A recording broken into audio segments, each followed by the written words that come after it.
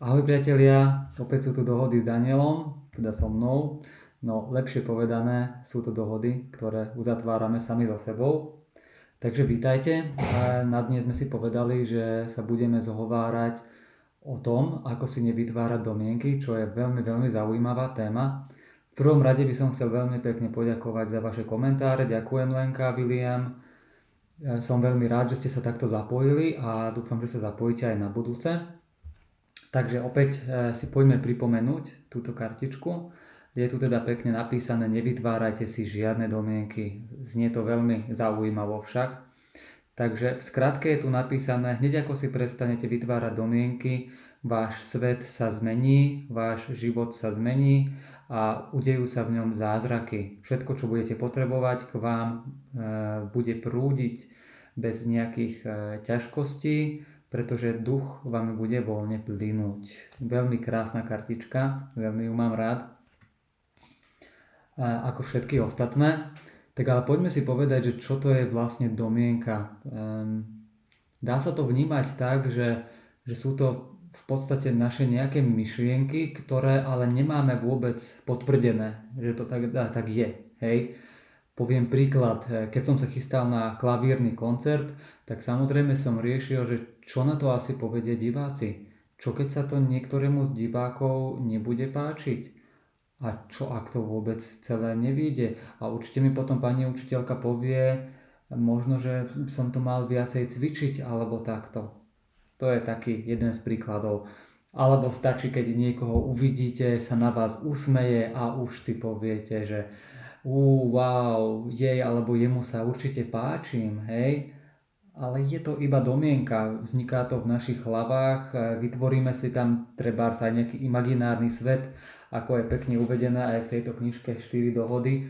Myslím, že tam bol presne ten príbeh, že v hlave si dokonca tú osobu hneď aj daný človek vzal a to bolo iba na základe nejakého úsmevu. A v skutočnosti si takto koledujeme naozaj o veľké problémy. Pretože to vôbec nie je potvrdené. Je to len akási naša domienka a môže sa to vzťahovať naozaj prakticky na všetko. Takže ako sa vyvarovať tomu, aby sme si vytvárali domienky? Nuž, je to v skutočnosti veľmi ľahké. Ľahšie, než sa môže zdať, ale treba k tomu naozaj obrovskú dávku odvahy.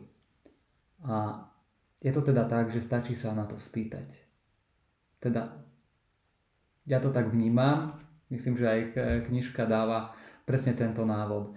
Že keď nám niečo nie je jasné, zdá sa nám, že ten druhý sa na nás hnevá za niečo. Možno, že je to iba domienka. Naozaj sa za mňa hneváš na to, že som príliš blízko zaparkovala k tebe? Že si sa nevedel dostať do auta? Je to domienka, je to v nás, môže nás to dusiť, môže nám to robiť nejakým spôsobom zle. OK.